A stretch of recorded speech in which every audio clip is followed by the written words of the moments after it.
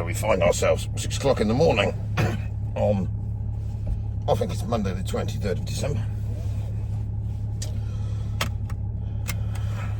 You won't be able to see out the back window, but we have a trailer and a large yellow Mercedes T1 hooked up. We are heading for Dundee. Nice quick drive up the road. 10 hours, probably 535 miles.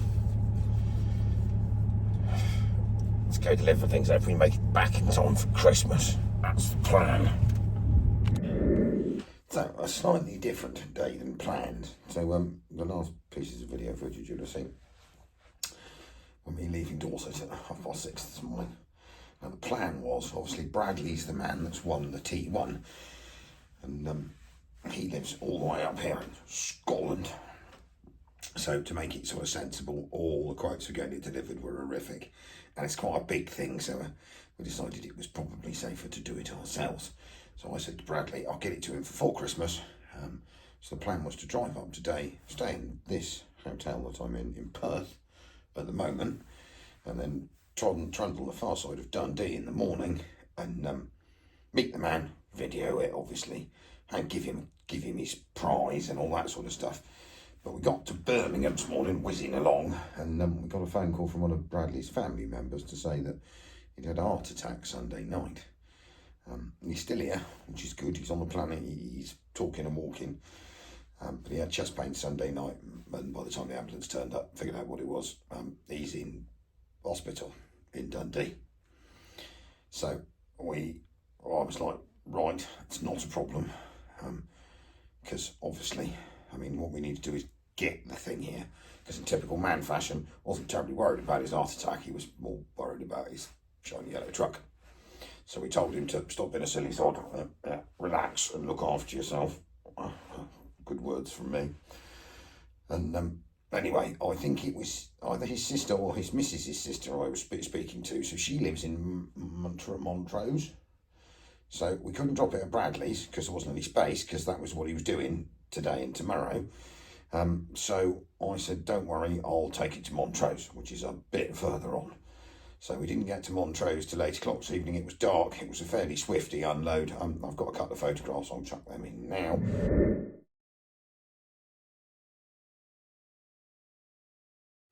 And then we had a bit of a FaceTime chat with Bradley, who's sat in hospital.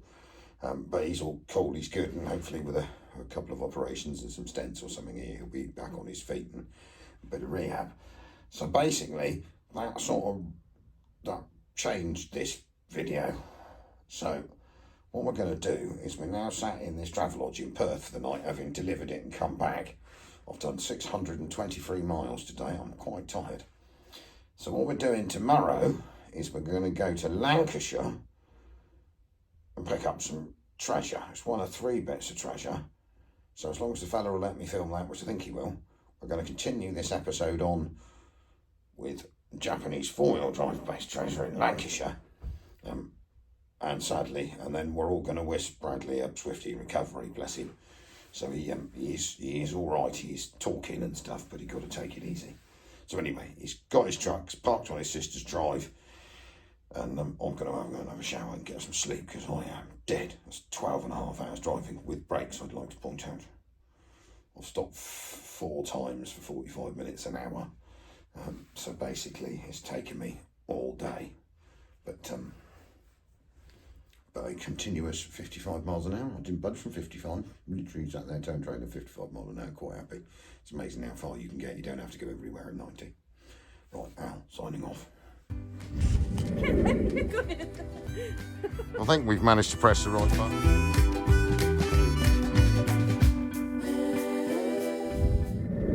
That's the hound. Hound is there. That way. Go that way. Idiot. Go on, that way. That way. Go find him. Find him. Shuck it to him. Right, so after 1,200 miles in 2 days of towing, this Christmas morning, finally got home at 9:30 last night. That's quite a long way. I did 625 miles the first day and just on 600 yesterday. Yep, You're seeing it right. Thanks to a lovely fella called Brian I met selling some stuff on eBay. He's a Mercedes fantail lunatic, so if anyone's got any fantail bits, hit me up. That's the 60s ones, big cars, lovelies.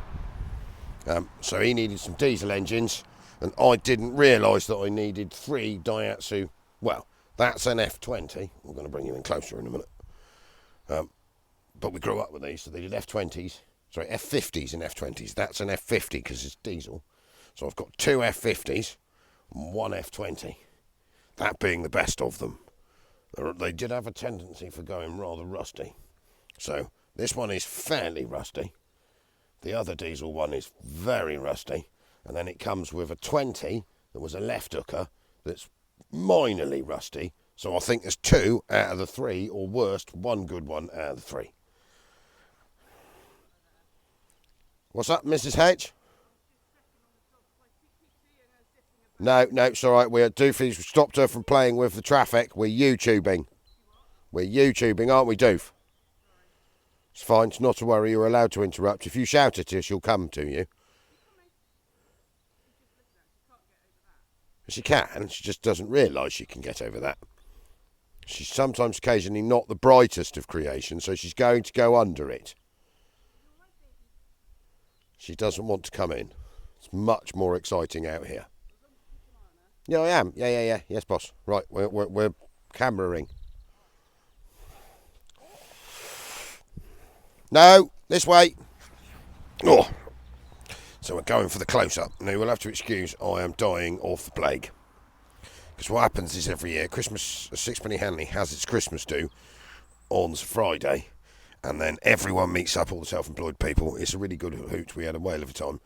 But that gives everyone disease. So I've got flu, which is just what you wanted on Christmas Day. So at current, my body thinks it's about 3,000 degrees and it's freezing cold. And then vice versa. I am rough as hell. I'm either sweating or freezing. It's a bit. So look at this. I mean, there are none of these left. As you can see, they evaporated fairly quickly. We had these new on the farm when I was a nipper. Joe Taylor, who's the farmer next door to my parents, had a brand new F20 red one. Doofy, come here. Doofy, now. Sorry, it's just keeping my bitches in line. Come here. Barking at the neighbours. It's not helping, is it? So, anyway, Brian, like me, does like to collect things. So, basically, he bought... This one came back from the south of France, hence why it's still here. It's British registered. Man moved to France, took it with him. So, he's got this one. He got another green one he had before this that's very rusty. And then he'd found another one, which is left hooker.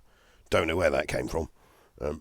But that's partly dismantled, but not quite as rusty as the other green one, but not quite as good as this, if that makes any sense. So I'm going to give you a tour of this, because this is this is an F50. It's 2.5, naturally aspirated diesel. They were brilliant. This one has got fiberglass front wings, but we're not worried about that, because the wings used to rot off of them. But you can't find any bits for them. They're a nightmare. So that'll be fun to play with that, won't it? Right, so we'll give you a grand tour.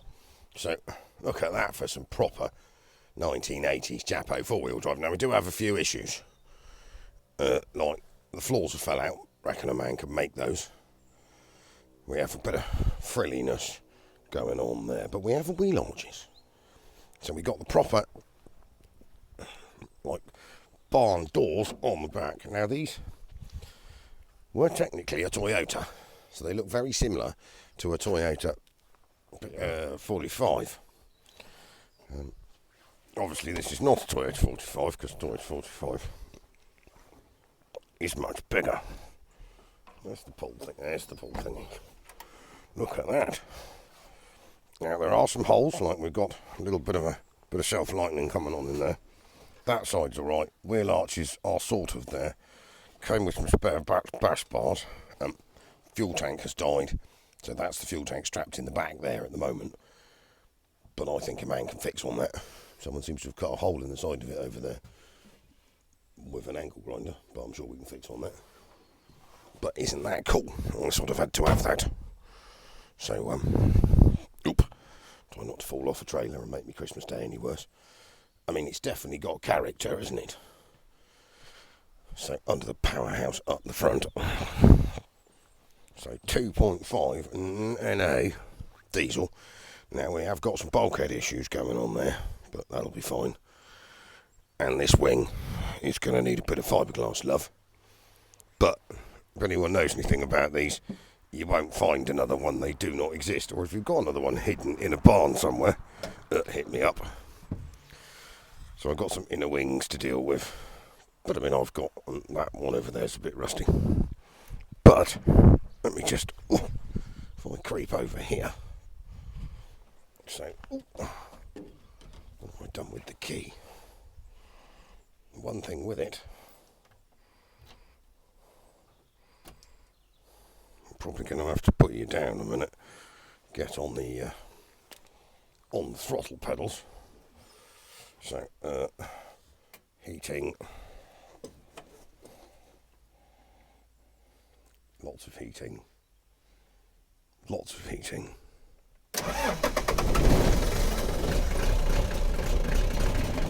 Look at that!